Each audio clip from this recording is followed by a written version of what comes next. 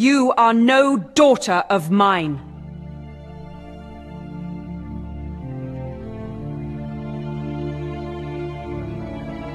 The doors of Whitmore Hall burst open before dawn, and Countess Brentford's voice cut through the cold like a blade. You are no daughter of mine. A single candle flickered on the floor where Anette had dropped it. Her hands were shaking. The letter her mother held, the one that had started all of this, was already torn at the edges from being read too many times by too many wrong people. She had not done what they said she did, but no one in that house wanted the truth. They wanted silence. They wanted her gone. Her brother turned his face away. Her aunts pulled their shawls tighter and said nothing. The butler opened the front door without being asked, as if he had been waiting all night for this moment. She stepped out into the dark with nothing but the clothes on her back and a name that now meant shame. But across the frost-covered road, a black carriage sat perfectly still. The crest on its door was one every soul in England recognized and feared.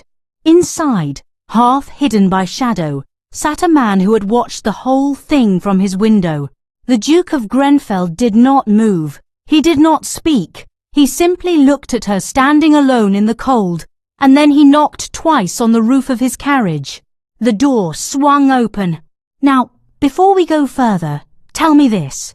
If your own blood turned their backs on you for something you did not do, would you take the hand of a stranger, or would you walk away alone? Drop your answer in the comments and tell us what beautiful part of the world you are watching from. It truly warms our hearts to know. If this story is already gripping you, please subscribe. There is so much more coming, and you do not want to miss a single part. The frost had not yet melted from the cobblestones when Anette Caldrow climbed into the Duke of Grenfeld's carriage. She did not look back at Whitmore Hall. She could not.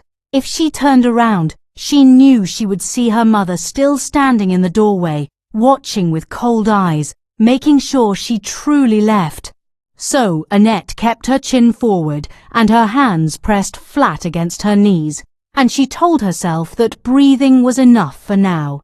Just breathing. The inside of the carriage was warm. Too warm for someone who had just been thrown into the night like a piece of unwanted furniture. A small brass lamp swayed gently from the ceiling hook. The leather seats were dark and smooth. Everything about this vehicle spoke of old money and quiet power, the kind that did not need to announce itself. The Duke sat across from her. He had not introduced himself. He did not need to. Everyone in the 3 counties knew the face of Lord Grantis Fenhold, Duke of Grenfeld. He was 34, sharp-jawed, with dark eyes that seemed to be counting things other people could not see. His coat was pressed, and his posture was straight, but there was something beneath all that control, something watchful and a little dangerous, that made Anette grip her own fingers tighter. He said nothing for a full mile. The carriage rolled through the sleeping village of Creston, past the baker's dark window and the locked iron gate of the parish church. Anette watched the familiar streets disappear behind her like pages being torn from a book she had read her whole life. "You did not do it," the Duke said finally. It was not a question. Anette turned to look at him. "No!" "I know." He said it simply, the way one might say the sky is grey or the fire needs wood, as though it were fact already settled and documented. "I was at Pemforth House the night Lord Daltrey claimed you were alone with him. I saw you leave before supper was even cleared. You were with the Marchioness of Stolben and her 2 daughters the entire evening." Anette stared at him. "Then why did no one say so?" "Because Lord Daltrey is a man with creditors and a story to tell, and your family found it more convenient to believe him than to fight him." The Duke adjusted one glove at the wrist. "Your father has debts connected to Daltrey's family. Did you know that?" She had not known. She felt the information land somewhere deep in her chest, cold and heavy. "So they sacrificed me," she said quietly. The Duke did not flinch. Yes. The words sat between them like a stone dropped into still water. Anette looked out the small carriage window. A thin line of grey light was beginning to appear at the far edge of the fields. Dawn was coming, slow and indifferent. "Where are you taking me?" she asked. "Grenfeld Park, my estate. It is 2 hours north." He paused. "My grandmother is in residence. You will not be without a proper chaperone. I am aware of how this looks." "It looks like a scandal replacing a scandal," Anette said. Something moved at the corner of his mouth. Not quite a smile. "You are more composed than I expected." "I have been standing in doorways being told I am nothing for the past 4 hours. Composure is all I have left." He looked at her then, fully, the way he had not allowed himself to look since she stepped inside the carriage. She was 22 years old, the second daughter of the Earl of Caldrow, and up until last evening she had been considered a perfectly respectable young woman with a quiet future ahead of her. Now she was disowned, alone, and riding through the early morning in the carriage of a duke who should have had no reason whatsoever to involve himself in her ruin. "Why did you open the door?" she asked. "You could have driven past." He was quiet for a moment. Then he said, "I have driven past things I should not have before. I did not care for how it sat with me afterward." It was not the answer she expected. She turned it over in her mind as the carriage moved north and the light outside slowly changed from grey to pale gold. At Grenfeld Park, a woman was already awake and waiting. The Dowager Duchess Helmine Fenhold was 71 years old, small-boned and straight-backed, with white hair pulled tightly up and eyes so sharp they seemed to cut the air in front of her. She stood at the top of the stone entrance steps as the carriage rolled to a stop, wrapped in a heavy shawl, holding a walking stick she did not actually need.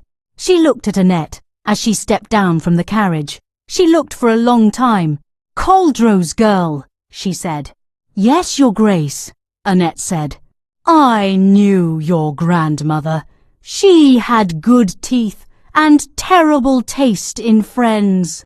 The dowager turned without another word and went back inside. Over her shoulder she called, "Come in before you catch something.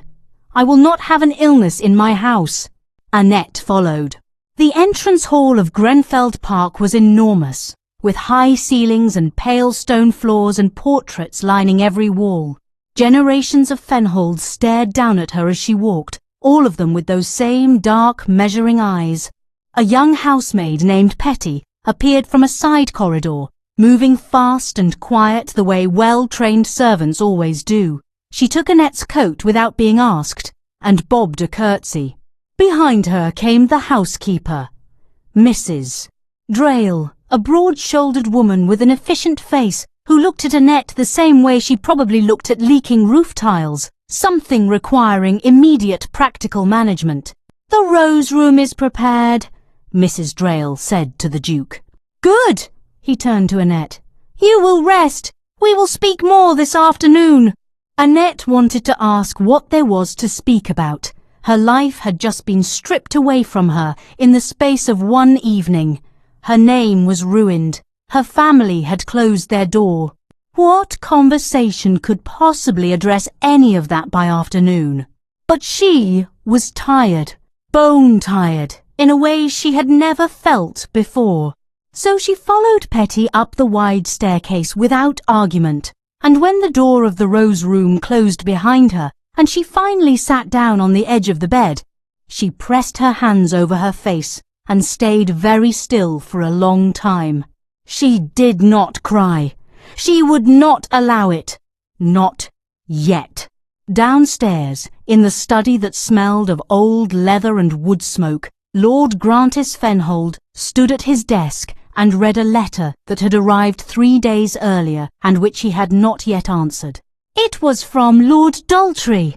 It contained a proposal, a business arrangement, carefully worded, that would benefit both families provided the Caldrow girl's situation was handled quietly and without interference. Provided, the letter said, No one of consequence came to her defence. The Duke folded the letter in half. Then he fed it into the fire and watched it burn. In the village of Creston, word was already moving from house to house, like smoke finding its way under doors. By the time the church bell rang for 8 o'clock, half the county knew that Anette Caldrow had been put out by her family in the night and had been seen climbing into the Duke of Grenfeld's private carriage. By noon, the other half knew as well. And in Whitmore Hall, the Earl of Caldrow sat in his morning room reading the newspaper with shaking hands, because the note that had arrived with it, slipped beneath the front page, was written in the Duke of Grenfeld's hand, and said only this: "She is under my protection now. Tread carefully." The afternoon brought visitors to Grenfeld Park that no one had invited. Lady Prentock arrived first, because she always arrived first when there was something worth seeing. She was the wife of the local magistrate, large in personality and in presence, with a bonnet tied too tightly and opinions she offered without being asked. She came under the pretence of leaving her card, but her eyes swept the entrance hall the moment the door opened, searching for any sign of the disgraced Caldrow girl. Mrs. Drayle turned her away with a politeness so firm it could have been used to build furniture. 20 minutes later, Reverend Ashby came on what he called a pastoral concern. He was a thin man with long fingers, and the particular kind of concerned expression that meant he had already decided what he thought, and simply wanted confirmation. He, too, was turned away. Then came the carriage Anette had been dreading without knowing she was dreading it. It belonged to her cousin, Sir Percival Caldrow, a man of 38, who had always worn his family loyalty the way he wore his cravat, tightly, correctly, and mostly for appearance. He was shown into the front sitting room, which the Dowager Duchess had occupied specifically for this purpose, seated in her best chair with her walking stick across her lap like a sceptre. Annette stood near the window. The Duke stood by the fireplace. He had not told her he would be present for this. She had simply come downstairs to find him already there, and something about the steadiness of his posture in that room made it easier to stand straight herself. Percival looked at Annette the way one looks at a problem that has arrived at an inconvenient time. "Cousin," he said. His tone was careful. "The family is concerned." "They were not concerned last night," Annette said. "Last night they were certain." Percival cleared his throat. "Lord Daltry's account was persuasive. You must understand the position your father was placed in." "I understand it perfectly," she said. "I just do not accept it." "You are making this worse." Percival glanced at the Duke, then away again. The way people glance at things they cannot afford to acknowledge directly. "If you return quietly, if you say nothing further about this matter, there are those in the family who believe a private arrangement can be reached. Lord Daltry has a younger brother, not titled, but established. The situation could be resolved." The room went very quiet. Annette looked at her cousin for a long moment.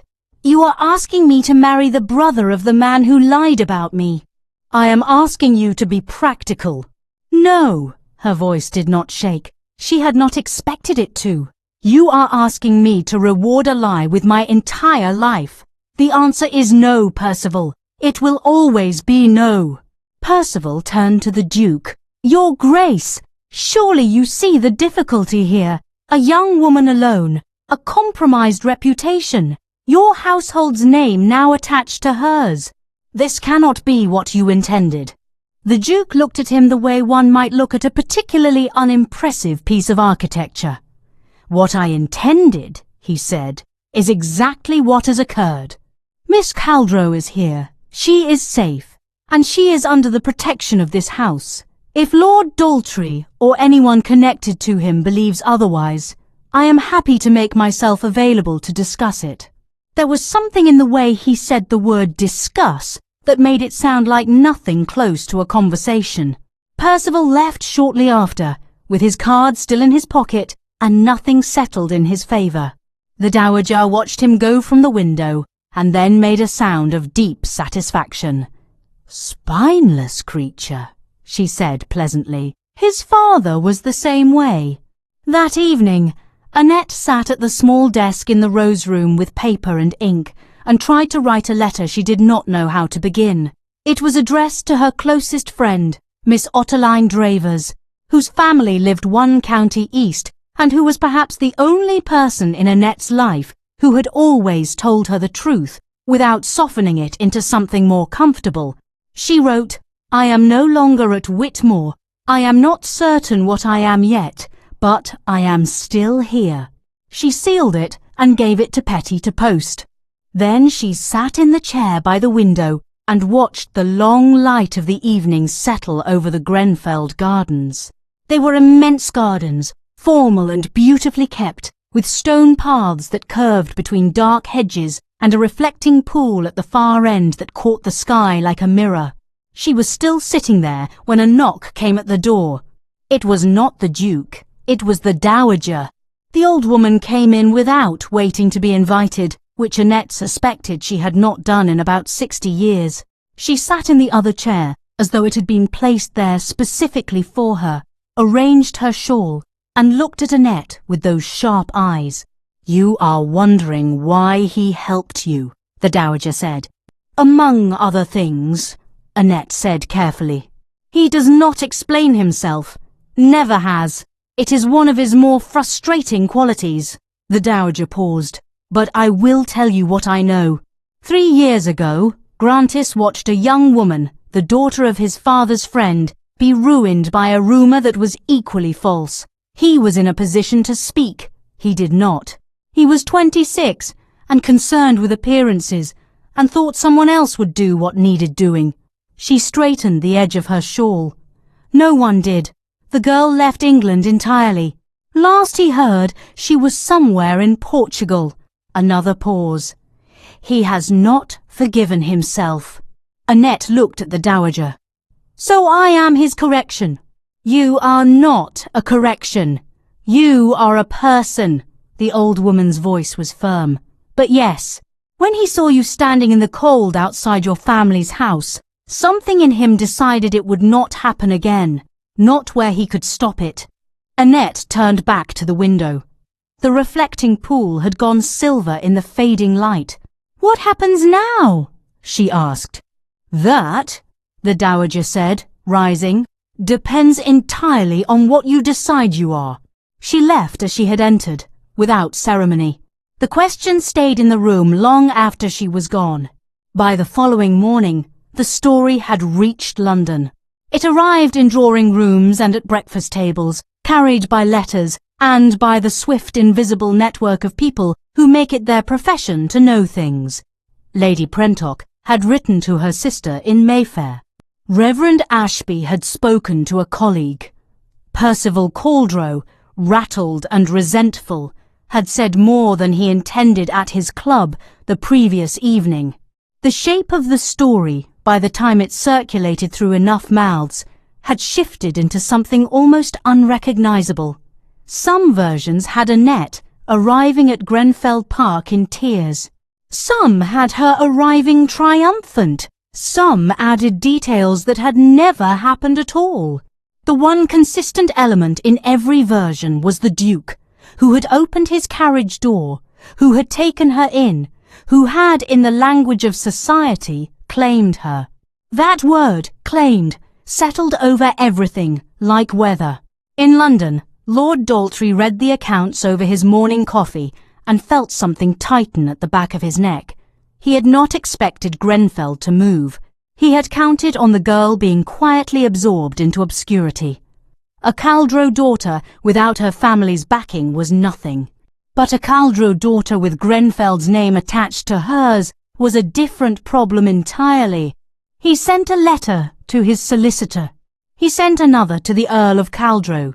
And he sent a third to an old acquaintance in the county, a man named Baron Strick, who had his own reasons to want the Duke of Grenfeld made uncomfortable, and who was very good at making things complicated in ways that could not be traced directly back to anyone. Back at Grenfeld Park, Annette came downstairs that morning to find the Duke at the table in the small breakfast room, already reading correspondence. He looked up when she entered. There was a directness to the way he looked at her that she was still not used to. "Sit," he said.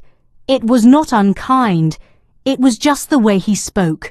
She sat. "There is something I need to ask you," he said, setting the letters aside.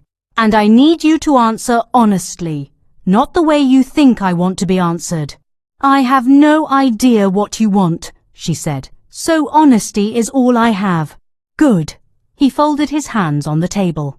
"The situation as it stands will not resolve itself quietly. Daltrey will not withdraw his account. Your family will not speak up. Society will not wait for the truth. The story is already moving, and it will keep moving." He paused. "There is one way to stop it. One way to remove the weapon from Daltrey's hand entirely, and give you a future that cannot be taken by a lie." She was very still. "I am proposing," he said, "that you allow me to court you formally, openly, with every intention of making it a matter of public and permanent record." Outside, a pair of birds moved through the garden. The fire in the small grate settled. Anette looked at the Duke of Grenfeld across the breakfast table, this man she had known for less than 2 days, and felt the entire architecture of what she had believed her life to be shifted beneath her like ground after rain. "You are serious," she said. "I am always serious. You would attach your name to mine, a disgraced woman, a scandal." "There is no scandal," he said.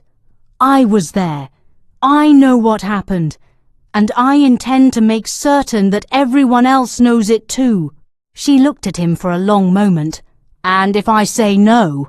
"Then I will still protect you in whatever way I am able, and you will leave here when you choose to, and go wherever you wish, with my full support and a letter of reference that will make even the Archbishop take you seriously."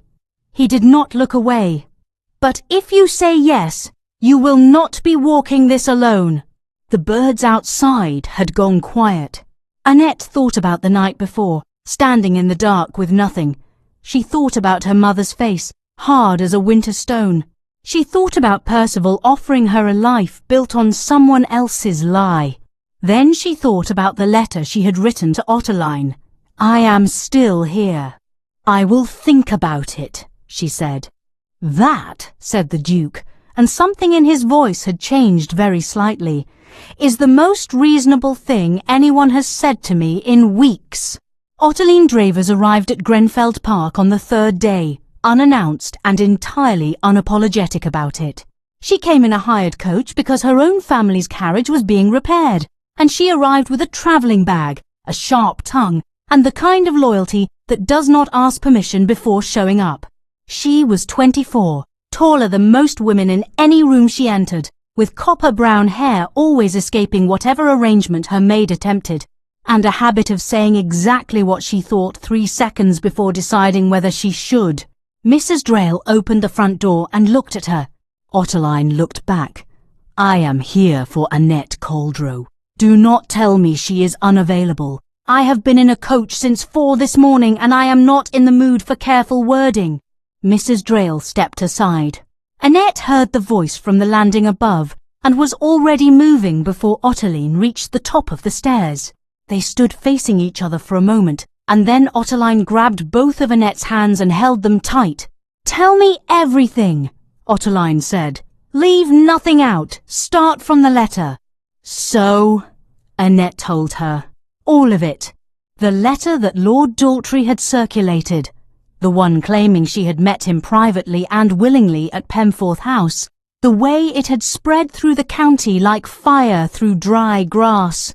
Her mother read it aloud in the drawing-room, her father saying nothing, her brother looking at the floor, the door opening onto the cold, dark road. And then the carriage." Ottoline listened without interrupting, which was unusual for her, and which meant she understood the weight of what she was hearing. When Annette finished, Ottoline was quiet for a moment. Then she said, "Daltrey. Yes, that man has been building himself a reputation on the backs of women who could not fight back. I have heard 3 such stories. I simply did not know they were connected until now. Ottoline's jaw tightened. We need to find out why he chose you specifically. A man like that does not reach this far without a reason. The Duke believes it is connected to my father's debts, Anette said. Perhaps, but debts explain the family's silence. They do not entirely explain Daltry's choice of weapon. Ottoline released her hands and began moving around the room in the way she always did when her mind was working. Tell me about the Duke. Anette told her that too. Ottoline stopped moving. He proposed courtship. He proposed the idea of courtship. I have not answered. Anette. Ottoline turned to look at her.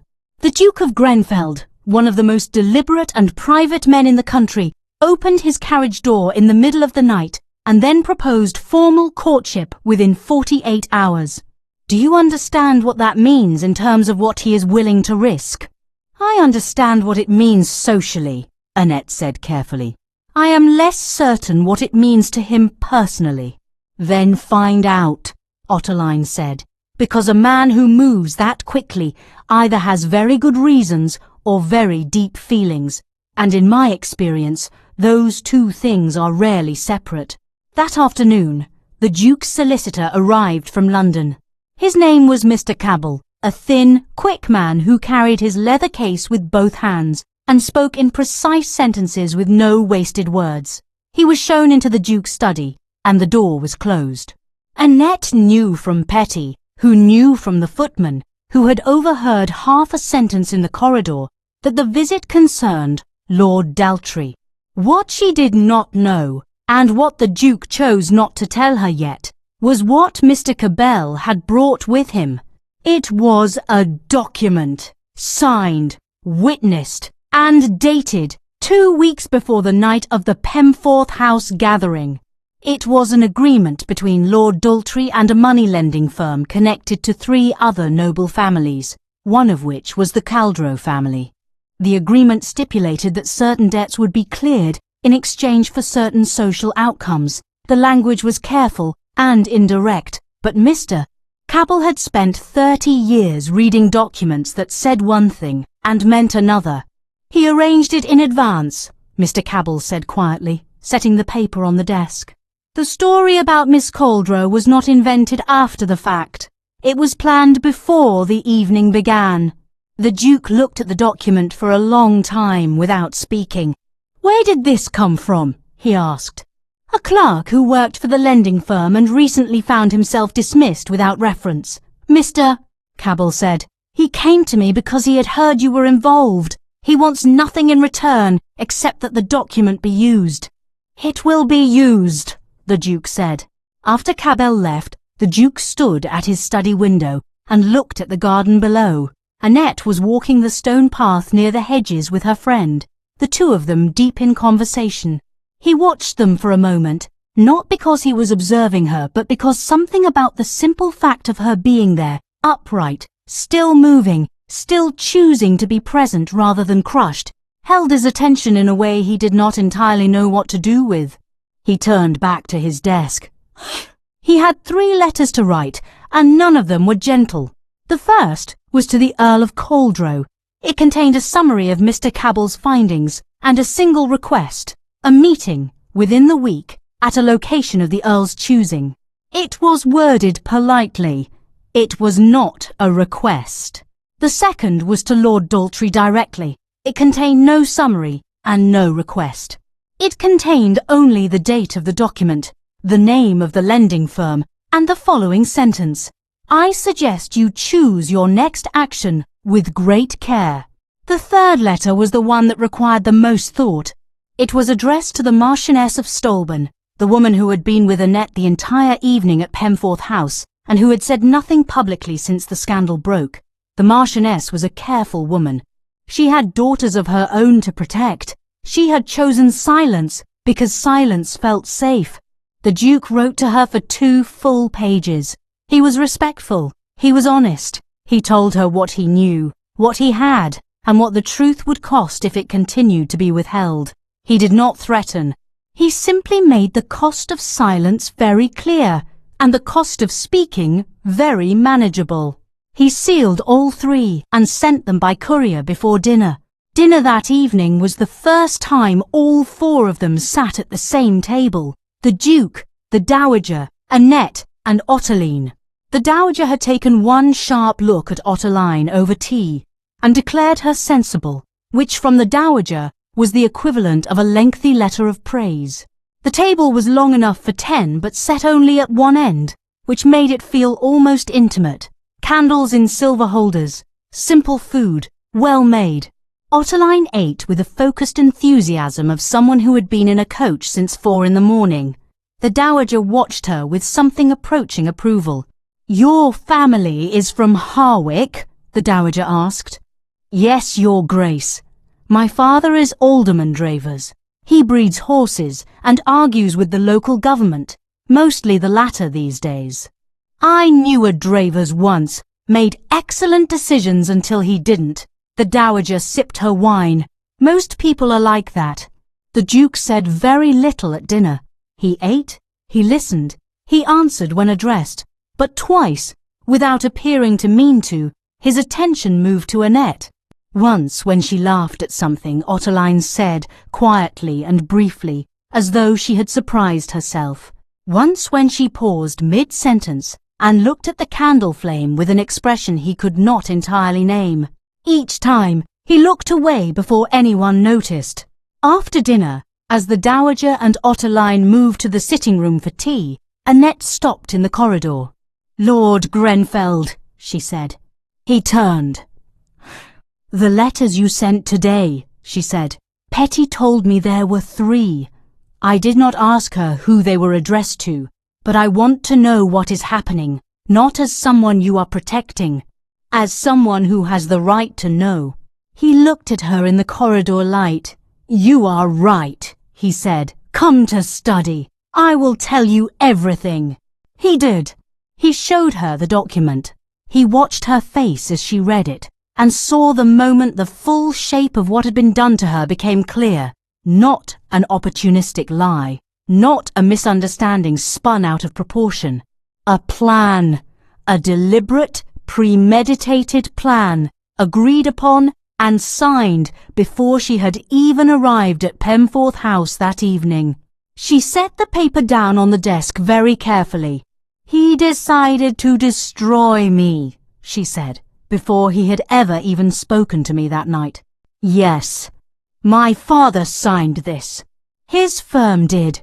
Whether he knew the full extent of what Daltrey intended, I cannot say yet."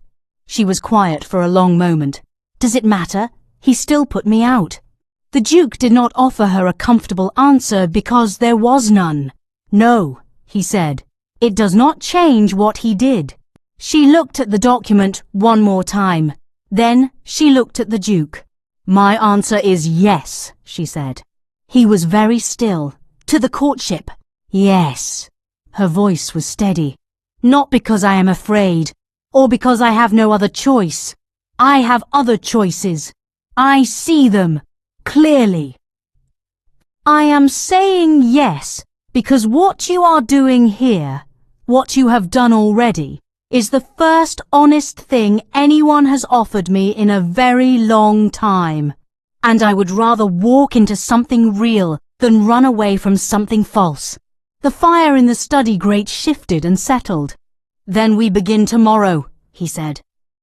The announcement did not come from a newspaper.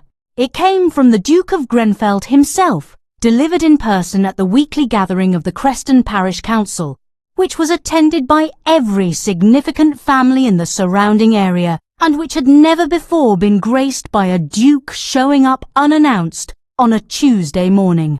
He stood at the front of the room, unhurried, and stated simply that he was formally courting Miss Anette Caldrow, formerly of Whitmore Hall, with full intention and sincerity. He noted that he had been a witness to her whereabouts on the evening in question, and that documentation existed which directly contradicted Lord Daltrey's account. He said that anyone wishing to discuss the matter further was welcome to direct their inquiries to his solicitor. Then he wished everyone a good morning and left.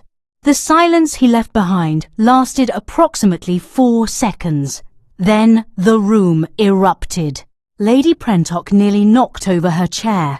Reverend Ashby forgot he was holding a cup of tea until it was cold. 3 separate women reached for paper to begin writing letters before the Duke's carriage had even cleared the gate.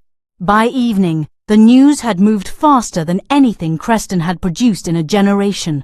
Annette heard the account from Ottoline, who had heard it from Petty, who had a cousin on the parish council's cleaning staff.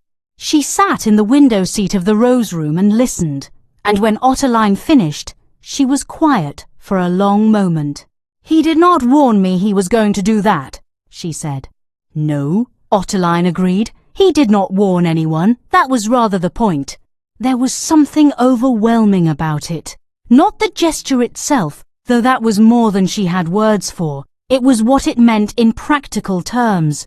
He had walked into the most public local setting available and made the truth a matter of community record before anyone had the chance to prepare a counterstory.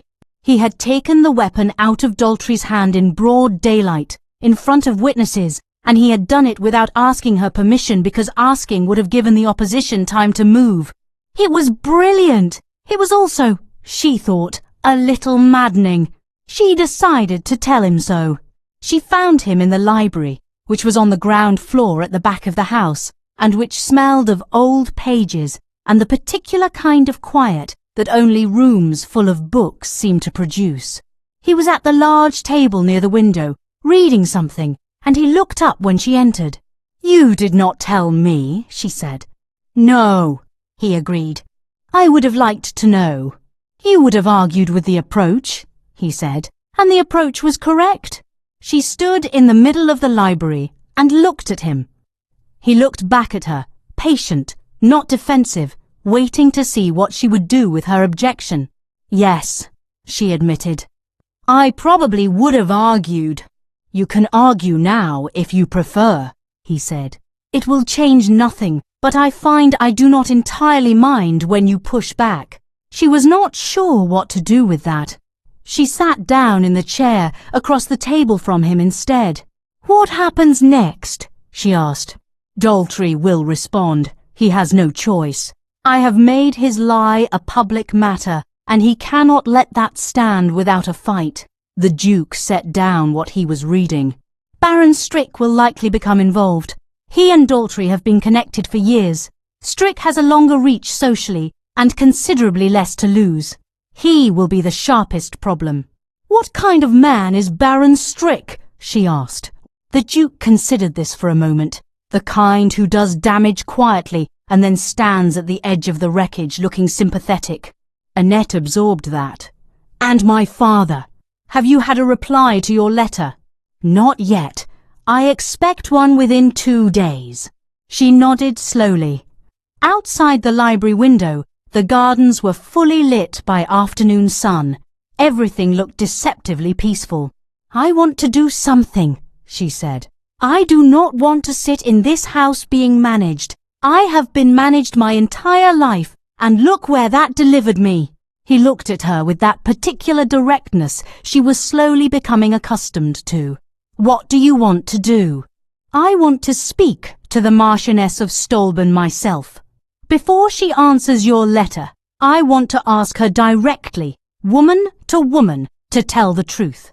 Not because of documentation or social pressure." She paused. "Because she was there. She knows what she saw. And I think somewhere underneath her caution, that matters to her." "A pause." "That is not a poor instinct," the Duke said. "It is not an instinct," Annette said. "I know her. She came to my grandmother's funeral when no one expected her to. She stayed for 3 hours and helped arrange the flowers herself. She is not an unkind woman. She is a frightened one." The Duke was quiet for a moment, and she could see him recalibrating something behind his eyes, adjusting his assessment in a direction he had not previously considered. "I will arrange the visit," he said. "I will arrange it myself," she said. "Through Ottoline. We know her niece." He paused. Then he said, "All right." 2 days later, the Earl of Caldrow's letter arrived. It was not what the Duke expected. He had anticipated denial, or negotiation, or cold legal language arranged behind the wall of a family solicitor. What arrived instead was a single page in the Earl's own hand, brief and oddly stripped of its usual formality. It said, "I did not know what Daltrey intended for her. I knew of the debt arrangement. I did not know it would cost me my daughter. I am not asking for forgiveness. I am telling you this because you deserve an accurate account. Whatever you choose to do with it is your right." The Duke read it 3 times. He was not moved to sympathy, exactly. But something shifted in the shape of the problem. The Earl was not an architect of his daughter's ruin. He was a weak man who had been used by a cleverer one, and had not understood the full price until it had already been paid by someone else. That was its own kind of failure, but it was a different kind than he had originally assumed. He showed the letter to Anette. She read it without expression. When she finished, she set it on the table the same way she had set down Daltrey's document, with that deliberate care that he had come to understand was what she did when something hit harder than she wanted to show. "He did not come," she said. "He wrote." "Yes." "He could have come. It is 4 hours by road." "Yes," the Duke said again, and did not add anything to it, because there was nothing to add. She folded the letter and put it in her pocket. Then she straightened and looked toward the window with the expression he was beginning to recognize, the one that meant she was deciding something. "I am still going to see the Marchioness," she said. "I know," he said. Baron Strick arrived in the county that same evening. Nobody sent him. Nobody had to. He had read the situation, received Daltrey's urgent note, and made his own calculations. He took rooms at the Coaching Inn in Creston under a false travelling name, which was unnecessary since everyone knew who he was within 2 hours, but which gave him plausible informality. He was 50 years old, broad and pleasant-looking, with the kind of face people found trustworthy before they had any reason to. He had a talent for arriving in places just as things were becoming delicate and making them considerably worse in ways that seemed entirely accidental. That evening he paid a social call on Lady Prentock, who received him with barely concealed excitement. He sat in her parlour and drank her tea, and said almost nothing of substance, but every question he asked was carefully placed, drawing out what she knew, what she had seen, what she had heard, and shaping it gently without her realizing it was being shaped. By the time he left, Lady Prentock had formed 3 new opinions she believed were entirely her own. The following morning, a rumour appeared in Creston that had not been there the day before. It said that the Duke of Grenfeld had not simply offered Anette Caldrow refuge. It said he had been acquainted with her privately, long before the scandal. That the scandal itself had perhaps been convenient for a certain duke, who had been looking for a way to bring a certain young woman into his household without the usual social machinery slowing him down. It said, in the particular whispered language of such things, that perhaps the real story was not about Lord Daltrey at all. Petty heard it at the market. She told Mrs. Drayle. Mrs. Drayle told no one and went directly to the Duke. He listened to her account with complete stillness. "Thank you, Mrs. Drayle," he said. "That will be all." When she left, he stood at his study window for a long time. Baron Strick had not wasted a single day. He had arrived, assessed, and struck without touching anything himself, which was exactly how he always worked. The question was no longer whether Daltrey would fight back. The question was how deep Strick was willing to go. And the answer, the Duke suspected, was considerably deeper than anyone in this house was currently prepared for. He called for his horse. He needed to think, and he had always thought better moving than standing still. Anette was already dressed and waiting in the entrance hall when the Duke returned from his ride. He came through the front door with the cold still on his coat and stopped when he saw her standing there with Ottoline beside her, both of them in travelling cloaks, a small bag at Ottoline's feet. "We are going to see the Marchioness," Anette said. "Today, not tomorrow." He looked at her. "Something happened.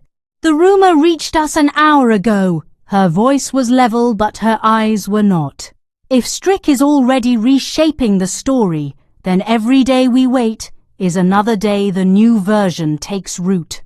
The Marchioness needs to speak before the ground shifts completely beneath what she knows." The Duke said nothing for a moment.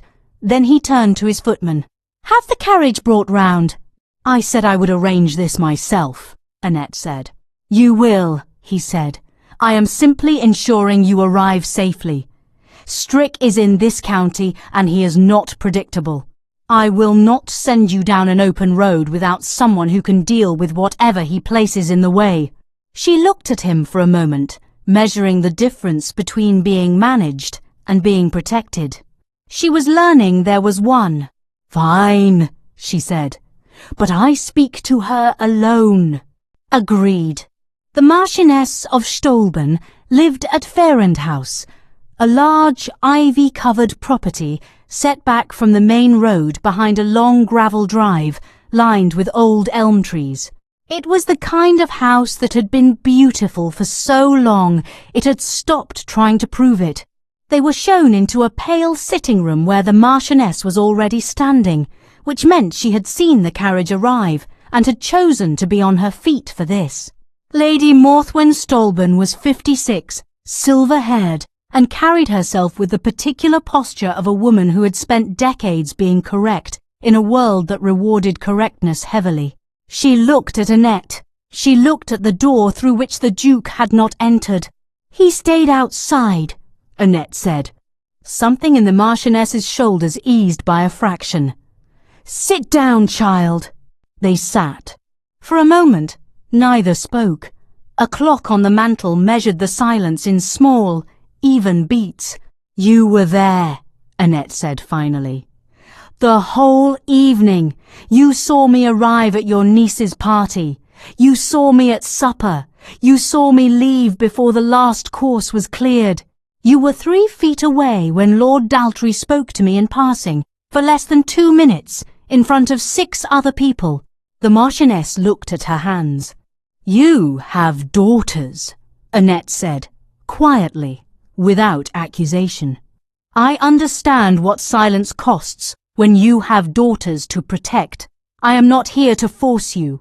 I am here to ask you, as one woman to another, whether you can live with what your silence is allowing to be built in place of the truth."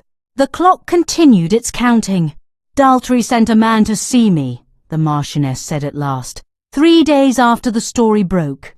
"He suggested that my younger daughter's recent friendship with a certain gentleman might attract unwanted attention if I made any public statement." Her voice was very controlled. "My daughter is 19. She has done nothing wrong." "No," Anette said, "she has not, and neither have I." The Marchioness looked up. Her eyes were steady but tired, the way eyes look when they have been carrying something heavy for too long. "I have a signed document," Anette said, "dated before that evening. It shows that what was done to me was arranged in advance. Your testimony does not stand alone. It stands beside evidence, and beside the Duke of Grenfeld's own account." A long pause. "Daltrey threatened your daughter," Anette continued. "That is not the behaviour of a man with a true story. That is the behaviour of a man protecting a lie." She leaned forward slightly. "If you speak, he loses his hold over you. If you stay silent, he keeps it indefinitely.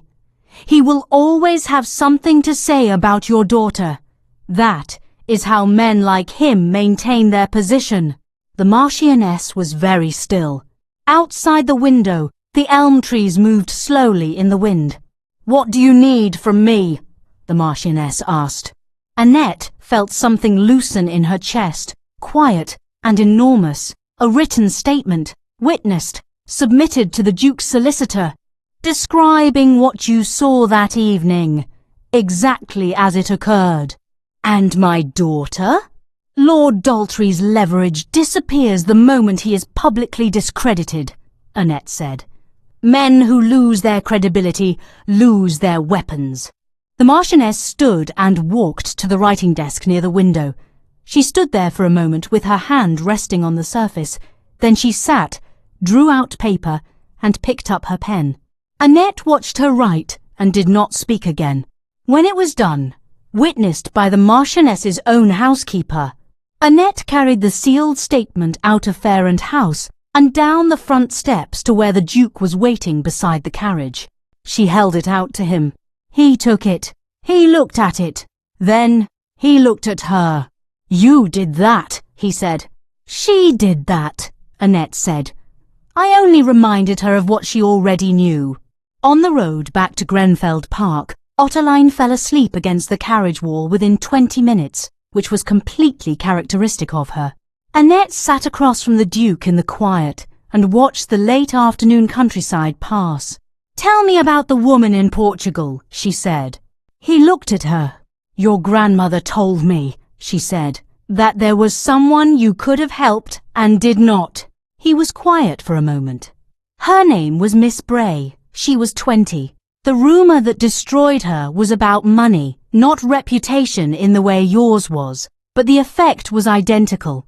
Her family withdrew. Her prospects ended. I knew the truth. I told myself that coming forward would create complications and that someone closer to the situation would speak." He looked out the window. "No one did. How long did it take you to understand that you had made a mistake?" "About 3 days, by which point she had left for her aunt's house in Lisbon and the moment had closed." A pause. "I wrote to her.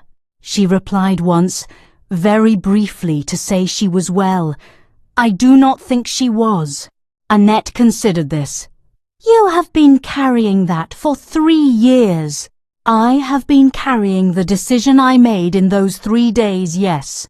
She looked at him in the fading light inside the carriage. This man who had burned Daltrey's letter, who had stood in a parish council room and stated the truth in front of witnesses, who had ridden out that morning to think and come back steady. He was not uncomplicated. He was not effortless. He was someone who had failed once, understood it fully, and decided never to be that person again. She found she respected that more than she would have respected someone who had never failed at all. That evening, Mr. Cabell arrived again from London. This time he brought company. Beside him in the study stood a woman Anette had never seen before. She was perhaps 40, plainly dressed, with careful eyes and a leather folio under her arm. "This is Mrs. Quelton," Cabell said. "She worked as a secretary for the lending firm connected to Daltrey's arrangement. She left their job 6 months ago. She has records." Mrs. Quelton opened her folio and placed 3 pages on the Duke's desk. "Lord Daltrey has done this before," she said. Her voice was calm and factual, as though she had already decided that emotion would not serve her in this room. "There are 2 other families. I have the correspondence. Names, dates, agreed outcomes." She paused. "I kept copies when I left because I believed someone would eventually need them." Anette looked at the pages. Then she looked at the Duke. Then she looked back at Mrs. Quelton. "2 other families," she said. "Do they know?" "One does not," Mrs. Quelton said. "One does, but was too frightened to act. Now that Grenfeld is involved, I believe that may change." Anette stood. "Then we contact them." "Yes," the Duke said. He was looking at her when he said it, and there was something in his expression that had not been there on the first morning in the carriage. Something that had arrived quietly over the course of 5 days, and that neither of them had named yet, and that sat between them now with a weight and a warmth that was entirely its own. Baron Strick made his mistake on a Wednesday. It was small, the way the most consequential mistakes always are. He sent a note to the offices of a London publication, under yet another false name, suggesting that a certain duke's sudden interest in a disgraced young woman was connected to a private agreement made before the scandal. He implied that the document the Duke had referenced publicly was itself fabricated. He did not know that Mr. Cabell had a former colleague at that exact publication. He did not know that the note would be in the Duke's hands within 18 hours. And he did not know that Mrs. Quelton's records contained a letter dated 14 months earlier in which Baron Strick's own name appeared as a co-signatory to a financial arrangement with Daltrey's lending firm, one that directly implicated him in the broader pattern of manufactured scandals. When the Duke received all of this at once on Wednesday evening, he sat in his study for a long time in complete silence. Then he called for Cabell, and they worked through the night. Annette knew something was happening. The house had a particular quality of alertness to it, the way houses do when the people inside them are moving towards something decisive. She did not sleep well.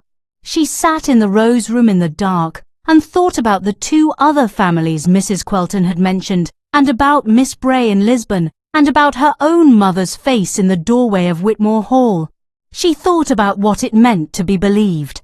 Not managed, not pitied, not offered a compromise that required her to become smaller, believed, stood beside, fought for. At 4 in the morning she gave up on sleep entirely, wrapped herself in a shawl, and went downstairs. The study door was open. The Duke was at his desk, coat off, sleeves turned back, surrounded by papers. Cabell was asleep in the chair by the fire. The Duke looked up when Annette appeared in the doorway. "You should be resting," he said quietly. "So should you," she said. She came in and sat in the chair across the desk without being invited, which she had stopped waiting to be. "Tell me where we are," he told her. Strick's involvement, the co-signatory letter, the publication note, the full scope of what had been constructed over months, possibly years, a network of financial leverage and social ruin operating quietly beneath the surface of respectable county life, using women's reputations as currency. When he finished, Annette sat with it for a moment. "This is larger than me," she said. "Yes, it was always larger than me." "Yes," he said again. "You were the point where it became visible, because you did not disappear quietly." She looked at him across the desk with its scattered papers and burned-down candles. "Because you opened a carriage door." He held her gaze. "Because you got in." The silence between them then was not empty. It was full of something that had been building across every conversation, every document, every decision made in good faith by two people who had started as strangers and were no longer anything close to that. She looked away first, not because she wanted to, but because there were still things that needed doing, and she could not afford to lose her footing now. "What happens in the morning?" she asked. "Cabell takes everything to the magistrate, not Prentock's husband, the county magistrate in Welford, a man I have known for 20 years, and who has no connection to Daltrey or Strick." He paused. "The Marchioness's statement, Mrs. Quelton's records, the original document, the publication note, all of it goes together. And Daltrey has already made his last move without knowing it." A pause. "He sent a letter to your father this morning. I have a copy. In it he instructs your father to produce a written confirmation of his original account, threatening to call in the full debt immediately if the Earl refuses." He looked at her carefully. "Your father has already replied. He refused." Annette was very still. "He refused." He sent his refusal to Cabell directly, along with a note saying he would present himself to the magistrate if required. She looked at the candle nearest to her. It had burned almost to nothing, just a small, bright point of light in a pool of melted wax, still holding. "He chose me," she said. "Late," the Duke said honestly. "But yes." She nodded slowly. She was not ready to feel relief about her father yet. That would take longer. But she filed it away, that small, hard fact, and let it sit. 3 days later, Lord Daltrey was formally summoned to appear before the magistrate in Welford. Baron Strick left the county the same morning the summons was issued, before anyone official came to find him, which told everyone everything about what he understood his position to be. He left so quickly that he forgot a bag at the coaching inn, which Lady Prentock reported with considerable satisfaction to anyone who would listen. The Earl of Caldrow arrived at Grenfeld Park on a grey Thursday morning. He was thinner than Anette remembered, or perhaps he had always been this thin and she had not noticed. He stood in the entrance hall with his hat in his hands and looked at his daughter across 10 feet of pale stone floor. She let him stand there for a moment. Then she walked toward him and stopped 2 feet away. "I am not here to make this easy," she said. "I know," he said. "I did not come expecting easy." "You put me out into the cold." "Yes." "You believed a man who lied over a daughter who told the truth." "Yes." His voice was rough. "I have no defense for it. I had fear where I should have had faith, and I chose myself when I should have chosen you. I know what that is." He looked at her directly, which seemed to cost him something. "I am sorry, Anette. That is insufficient. I know it is insufficient, but it is real." She looked at her father for a long time. "It will take time," she said finally. "I do not have forgiveness ready for you today, but I am not closing the door." He nodded once, carefully, as though he understood that what she had just offered him was more than he had any right to expect, and that the correct response was to receive it without reaching for more. The dowager appeared from the corridor, assessed the scene in one sharp glance, and directed the Earl to the sitting room for tea in a tone that did not allow for argument. He followed her, which Anette thought said something about the dowager that even a disgraced duke's grandmother could command an earl through the force of sheer expectation. Ottoline appeared at Annette's elbow. "Are you all right?" "Yes," Anette said, and she was. Not entirely, not simply, but yes. The formal proceedings against Lord Daltrey moved swiftly once the magistrate had the full evidence. Mrs. Quelton testified. The Marchioness of Stolburn submitted her written statement and then, in an act that surprised even Anette, appeared in person to confirm it. The second family mentioned in Missus Quelton's records came forward as well. A quiet couple from the northern edge of the county whose daughter had been quietly removed from society 2 years earlier under circumstances that now made terrible sense. Daltrey's account collapsed within a week. He did not fight it publicly. He could not. The document, the testimony, the letters, the co-signatory connection to Strick, it was too much and too complete. He withdrew from the county. He withdrew from London the week after. What he did after that was, as far as Grenfeld Park was concerned, not their concern. On the first evening of November, the dowager announced at dinner that she intended to return to her own house at the edge of the estate the following morning. "I have things to attend to," she said, in a tone that did not invite inquiry. "And this house functions perfectly well without me watching every corner of it." Ottoline was leaving too, in the morning, back to her family in Harwick with a promise to return at the first opportunity and a list of opinions about everything she had witnessed that she intended to write down before she forgot any of them. That evening, after dinner, Anette walked in the garden. The November air was cold and clean. The stone paths were faintly lit by the light from the house windows. The reflecting pool held a perfect image of the dark sky above it, still and clear. She heard footsteps on the path behind her, and did not need to turn to know whose they were. The Duke came to stand beside her at the edge of the pool. They looked at the reflected sky together for a moment. "It is over," she said. "The worst of it," he said. "Yes." She looked at the water. I am not the same person who stepped out of Whitmore Hall. No, he said, but I think you are more yourself than you were then. She considered that. The girl who had stood in the cold with nothing but her name had walked through 5 days of fire and come out the other side holding documents, testimonies, a father's late and imperfect return, and something else entirely that she had not gone looking for.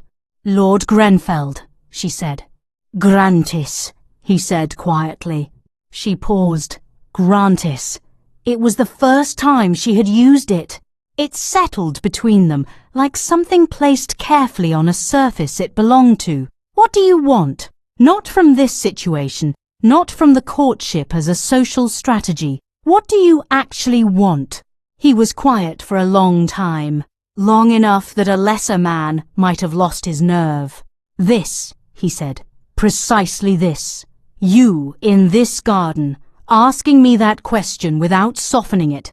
She turned to look at him. He was looking at the pool, and then he turned to look at her. And the honesty in his face was the same honesty that had been there in the carriage on the first morning, when he had said, I know, as though her innocence were a fact he had simply been waiting to act upon. I am not easy, she said. I argue. I arrange my own meetings. I go downstairs at 4 in the morning. I know, he said. I have a father I have not forgiven yet, and a mother I do not know how to speak to, and a reputation that is only now beginning to be restored. I know all of that, he said. And you still want this? I want you, he said, exactly as you are, not managed, not reduced. You. The reflecting pool held the sky between them, still and without distortion, showing exactly what was there and nothing that was not. Anette looked at the man beside her, the one who had opened a door in the dark, not because it was convenient or strategic or socially advantageous, but because he had failed to open one before and had carried that failure every day since. She had walked out of her family's house with nothing. She stood now in a garden that was not hers, beside a man who had made it feel like solid ground, with her name intact and her truth documented, and her future, for the first time in her life, genuinely her own to choose. Then we move forward, she said. The garden was quiet. The pool was still. The light from the house fell warm and steady across the stone path. Grantis Fenhold, Duke of Grenfeld, looked at Anette Caldrow, and for the first time since any of this began, he smiled. Not the almost smile she had seen in the carriage, a real one, unhurried and certain. She did not look away. And in that cold November garden, with the truth finally settled and the ground finally firm, something that had begun in darkness and scandal and a carriage door opened on instinct arrived, quietly and completely, at exactly where it was always meant to be. If you're still with me till this end, please make sure to hit that subscribe button and turn on your notifications. I truly appreciate you for sticking till the end. I hope you enjoyed every bit of the story. I will be there in the comments.